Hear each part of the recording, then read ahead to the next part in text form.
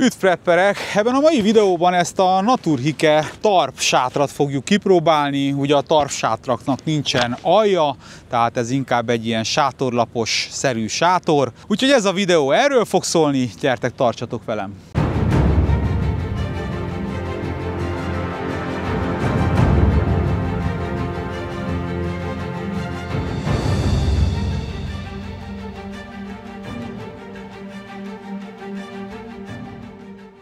Maga a sátrunk egy ilyen jó minőségű, maga a hordtáskája is, azt kell mondanom, van neki egy ilyen felső fogása, de is rá van írva, hogy Naturhikének ez a Aries nevű modellje, és ebből is egyébként van két kivitel, van egy könnyebb változat, ami nem pamut és átlátszó, ez viszont a pamut változat, hogy az a régi fajta sátoranyag, sokkal nagyobb a tűzhatlansága, azért is választottam ezt. Nekem jobban tetszik az, hogyha nem ereszti át úgy a fényt, mint ezek a vékony műanyag sátrak. Tehát ez egy ilyen tartós, hát tudjátok, hogy mai napig ezek a NDK-s sátrak még mindig működnek, még mindig egybe van az anyag, még mindig védelmet biztosít az eső ellen, úgyhogy azért is választottam ezt, mert én ezt tartósabbnak gondolom.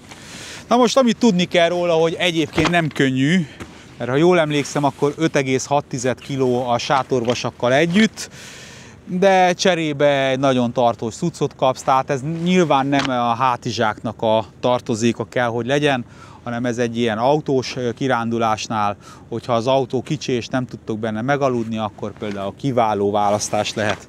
Na de nézzük meg, hogy mi van a csomagban, jobban mondva a sátorzsákunkba. Ugye van egyszer egy sátorvasak, maga a sátorlap, vannak ilyen sakbábuk, egyébként nem az, de ezek a sátorrudakra, ezek mennek rá fölül, illetve egy zsákba a sátorvasak, és ugye itt szépen fel van tüntetve, hogy hogyan kell összeállítani magát a sátrat, illetve milyen funkciókkal bír. Még talán van valami, ja igen, van még 2 sakbábú, tehát van 4 parasztunk a sakpályához. Na de nézzük akkor meg, hogy milyen minőségűek ezek a dolgok. Hát itt vannak a sátorvasak, egyébként rozsdamentes minden sátorvas, illetve ezek a végződések, ezek éjszaka foszforeszkálnak, mint ahogy ez is. Tehát ez most szépen föl fog itt töltődni, és az éjszaka pedig mutatja nekünk, hogy ne essünk hanyat, és hát jó erős, hát ilyen, nem tudom, ez 200-as szög, vagy valami olyasmi. Ugye itt vannak maga a feszítő hevederek, jó kis feszítőlemezekkel, úgyhogy szerintem nagyon minőségi ez a része is. Na de keressünk egy jó terepet magának a sátornak, és verjük föl a sátrunkat. Hát egyébként ezt a részt emeltem ki neki, abba az irányba ott van a tó, az uralkodó szélirány arra van, úgyhogy úgy fogjuk felállítani, hogy ebbe az irányba, a tó irányába tudjuk kinyitni a sátrat. Szépen beforgatjuk ebbe az irányba.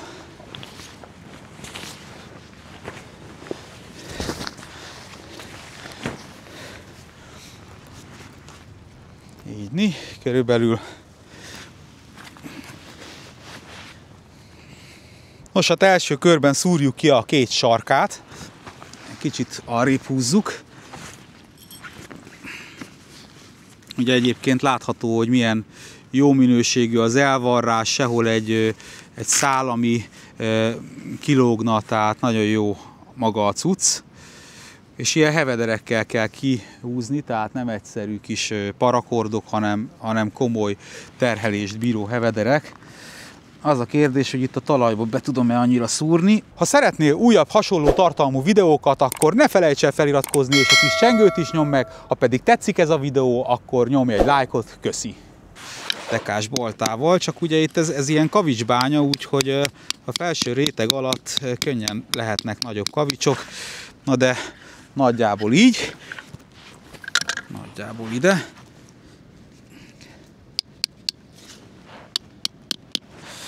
Így rakjuk össze magát a sátorrudat. Ebből van összesen nekünk 4 darab. Alapból 2 kell a sátorhoz, de hogyha ki akarjuk az elejét is nyitni, akkor viszont 4 darab kell. Ugye rugósan áll össze a dolog. Úgy tudom, hogy ez nem alumínium, hanem acél, de ránézek. Igen, azt hiszem ezek acélrudak, úgyhogy azért nem is olyan könnyű, viszont cserébe sokkal tartósabb.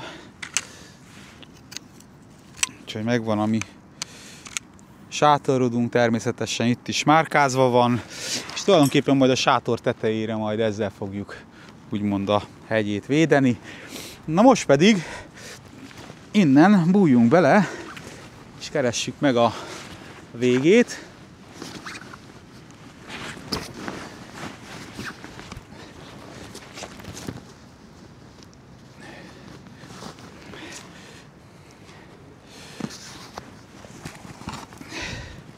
Ide kellenek is ezek a erősebb jellegű acél tüskék, mert hát az alumíniumot azt pillanatok alatt elhajlítanánk. Én azt gondolom.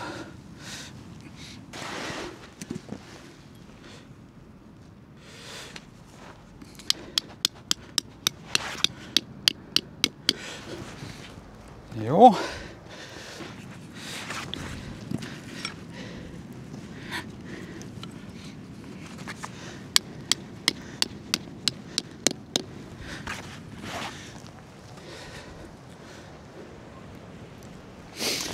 Ezzel húzunk még.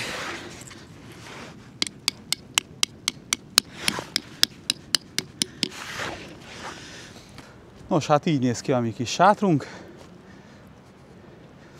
Körbe.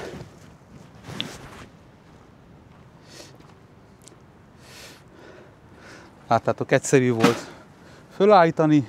Most pedig nézzük meg a sátorunknak az előlapját, hogy hogyan működik. Előtte még rárakjuk ezt a 2 kis sakkfigurát ide a tetejére, hogy este szépen világítson a repülőknek, mert ugye közelben van itt a reptér, hogy bele ne ütközzenek. Hát nem piros fény, ahogy a szabvány, de hát nagyon nagy veszély sincs, hogy ebbe fognak beleütközni. És még van 2 parasztunk, meg van még 2 sátorrudunk. Tehát ha például megelégedsz azzal, hogy te csak egy ilyen sátrat állítasz, akkor nem kell ezt a másik 2 rudat magaddal vinned, ami legalább egy olyan fél kiló.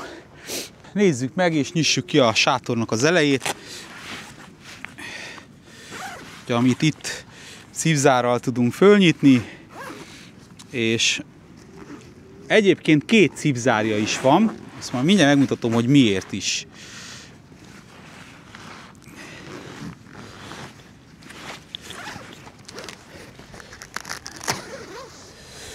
Mert hogy van egy olyan cipzárja, amivel ki lehet bővíteni, és úgy lehet megnyitni ezt a sátrat, hogy úgymond egy ilyen szélvédettebb zugot csináljon. Most ezt a funkcióját fogjuk így első körben kipróbálni. Most pedig kirögzítjük az egyik oldalt.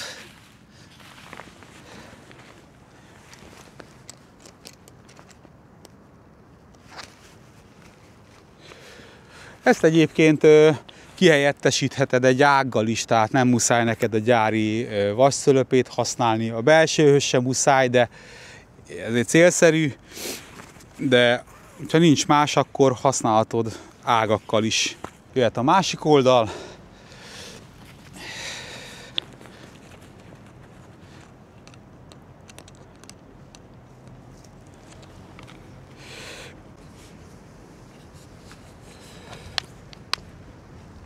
Na de most nézzük körbe a sátrunkat.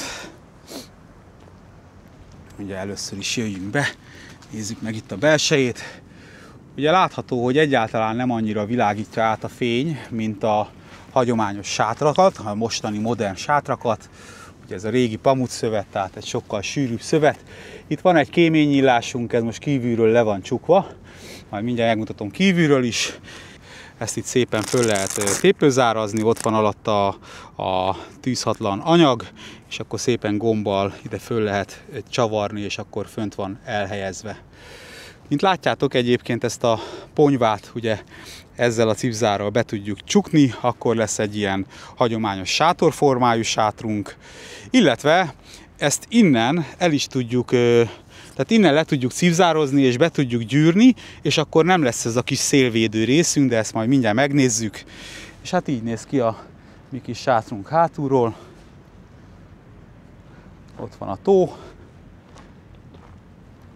És majd ezzel a kis dízelkályhával fogunk befűteni. Ezt egyébként erről a videót megtaláljátok a fönti linken, mert hogy nem olyan rossz dolog, hogyha tudsz többféle módon fűteni, akár egy dízelkályhával. Na de akkor szedjük szét, és nézzünk meg egy másik variációt. Most ugye jelenleg ez a szélvédős megoldással működik, de ezt mi szépen dönthetünk úgy, hogy ezt lecipzározzuk, ezt a részét pedig szépen így fölpödörjük, és ide rögzítjük. És akkor, mint látjátok, innentől kezdve egy ilyen félig nyitott tetőnk van, és itt alatta meg tudunk bújni, erre is kilátunk, arra most, hogy arról fúj a szél, már pedig most arról fúj a szél, azt úgy is fogjuk hagyni, hogy ne legyen kellemetlen. És amit még pluszban le lehet cipzározni, itt is le lehet cipzározni, tehát teljesen ki tudjuk nyitni, úgymond a sátrunkat akár ebből az irányból, de most azt nem teszem meg, mert úgy elveszti a stabilitását, mert hogy itt ezen is még lehetne még mit feszíteni, de ugye ez ilyen sóderes ez a talaj, és nem olyan egyszerű belenyomni, de nagyon jók, pont azért nagyon jók ezek a vastag 200-as szögek, hogy nem fog elhajlani. Na, gyertek be most velem, megnézitek, hogy milyen belülről a kilátás. Hát ilyen bentről a kilátás. Ugye ezen most itt nyitva hagytuk, tehát itt kilátni ennyire jó ki lehet. Itt pedig most amelyik irányból fúj a szél, ott most rajta hagytuk ezt a szélfogót.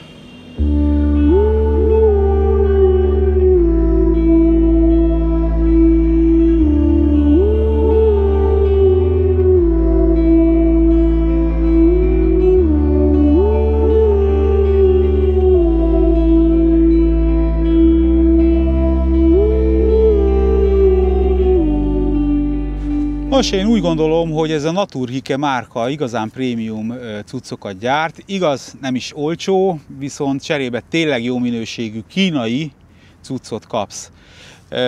Én meg vagyok vele elégedve, az ügyfélszolgálattal volt némi kifogásom, problémám, mert az AliExpressen levámolták, és áfát is kellett rá fizetnem, amit aztán megreklamáltam, és hosszas húzavona után fizették nekem vissza az áfát, ami ugye elvileg benne van az árba.